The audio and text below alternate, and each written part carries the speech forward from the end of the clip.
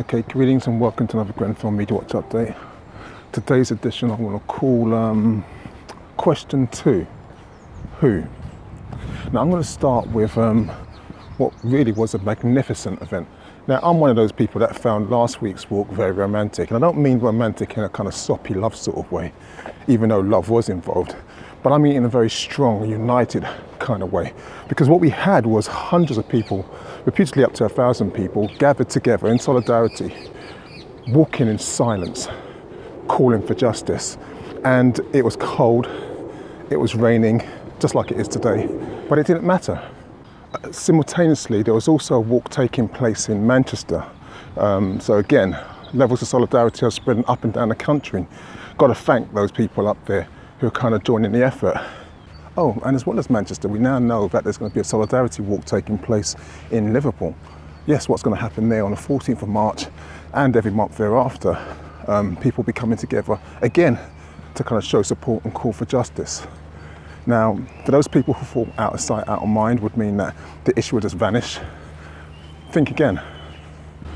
Now, the day after the silent walk saw the launch of Justice for Grenfell's brilliant campaign, where they had 3 billboards driven across London, ending at Grenfell Towers, asking the question why there had been no arrests.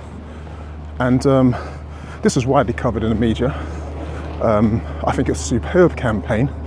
You had the BBC and the Daily Mail unhelpfully referring to it as some kind of stunt. The Daily Mail even went to pretend that they didn't know who organised it, despite the fact that the Justice for Grenfell logo was actually on one of the banners. Don't know what that was all about. But Yvette Williams, one of the co-founders of Justice for Grenfell, she made a really, really great point. And she argues that there's 3 questions that need to be answered, and that's really where today's title comes from. Question 1, how did it happen? Question 2, who's responsible? And question 3, what's going to be done about it? Now, one of the nice things that the Huffington Post, who covered this piece, did was actually use the terminology at least 71 people died. And I think that's really important because it starts to establish a truth as we know it, that 71 is the minimum, not the maximum. But let me get into some of those points that Yvette raises. So, how could this have happened? With a council that has some £250 million in reserves, how could a decision to save £5,000 lead to the lives of at least 71 people? What kind of processes were in place that place money above human life, above safety? Well, we know that in Wolverhampton, decisions being made to actually remove the cladding from student blocks. So not everybody thinks in the same way once they've made aware of there being a safety issue. We also know in a Cardiff hotel where cladding has again failed fire safety tests, the hotel owners are going to actually remove the cladding. So not everybody, private sector, public sector, needs to be told to do the right thing. So in answer to Yvette's questions about the how, who is looking into fire safety? Well, many of us think it's Martin Morbick and his public inquiry, but actually, no, it's not. Fire safety and regulations comes under the remit of Judith Hackett, and she's supposed to be leading a, independent investigation or inquiry into finding recommendations and reviews to stop this from ever happening again. Now, last week they just announced that they're going to start, that's right, 8 months on, they're going to start reviewing for evidence and see if they can find recommendations for a process, a building process, which they know and have already declared is not fit for purpose. 8 months on. I don't know about you, but it makes me wonder, what have they been doing?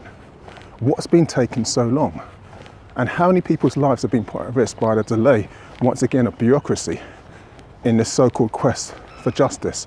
But not how we see justice, but how the financiers see justice. It's equally important that we know the who, the question 2 of this update. And that's where most of us look towards Morbick and his public inquiry. But Morbick's messing around with us. Last week, we were told that the inquiry is going to be, or the procedural hearing will take place next week. Now we've been told it's been pushed back once again to the 21st and 22nd of March. I don't know when this procedural hearing is going to take place. And that's actually just talking about how the investigation is going to take place. It's not actually the investigation itself. This is like some serious stalling tactics. We don't know nothing about the police investigation. The last report they told us was that we were going to hear something in 2019. There are people, very powerful people, trying to stop us looking at the who. Anyway, yesterday the Mayor of London tweeted that he'd met some of the survivors in Grenfell United and that he would help them to find justice, find whoever's responsible. I hope he's sincere. I've got no reason to doubt him, but I also want to make sure that this isn't gesture politics. Politicians are really, really good at that. Some of the comments underneath his tweet kind of give you a good idea of what it is that the Grenfell community is up against. There's still a lot of vitriol, and the right-wing media have done a fantastic job in actually weaponising the issues against them. And it's these ugly comments that make it really important that we support initiatives like Justice for Grenfell. And that's the reason why we need more truth-telling. There was a really ridiculous attack on the documentary Failed by the State. The Daily Mail and its usual allies tried to paint Daniel, the co-producer, and Ish, the presenter, as some kind of Russian agents, I don't know, involved in some kind of nefarious plot to undermine the British state. I mean, it was a really ridiculous article that they put out there. Now, thankfully, both Daniel and Ish have fought back, and I say fought back with words and logic, because none of the articles that were out there challenged any of the points that were made in Failed by the State. They just tried to attack the individuals involved in the production. And that's always a sign of a weak argument, where you shoot the messenger, not the issues that are being raised. So let's be clear.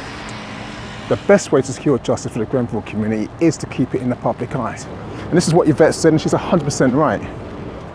Now, this update was called Question 2, the who. And that's because that's exactly where we are right now. Who is responsible? And until then, we can't start looking at arrests and prosecution. We need names. We need to find who's accountable. So there's not going to be an update next week. Please keep your eye out for our report, which we'll be publishing on Monday. And until then, may the ancestors continue to guide and protect us. Ashe.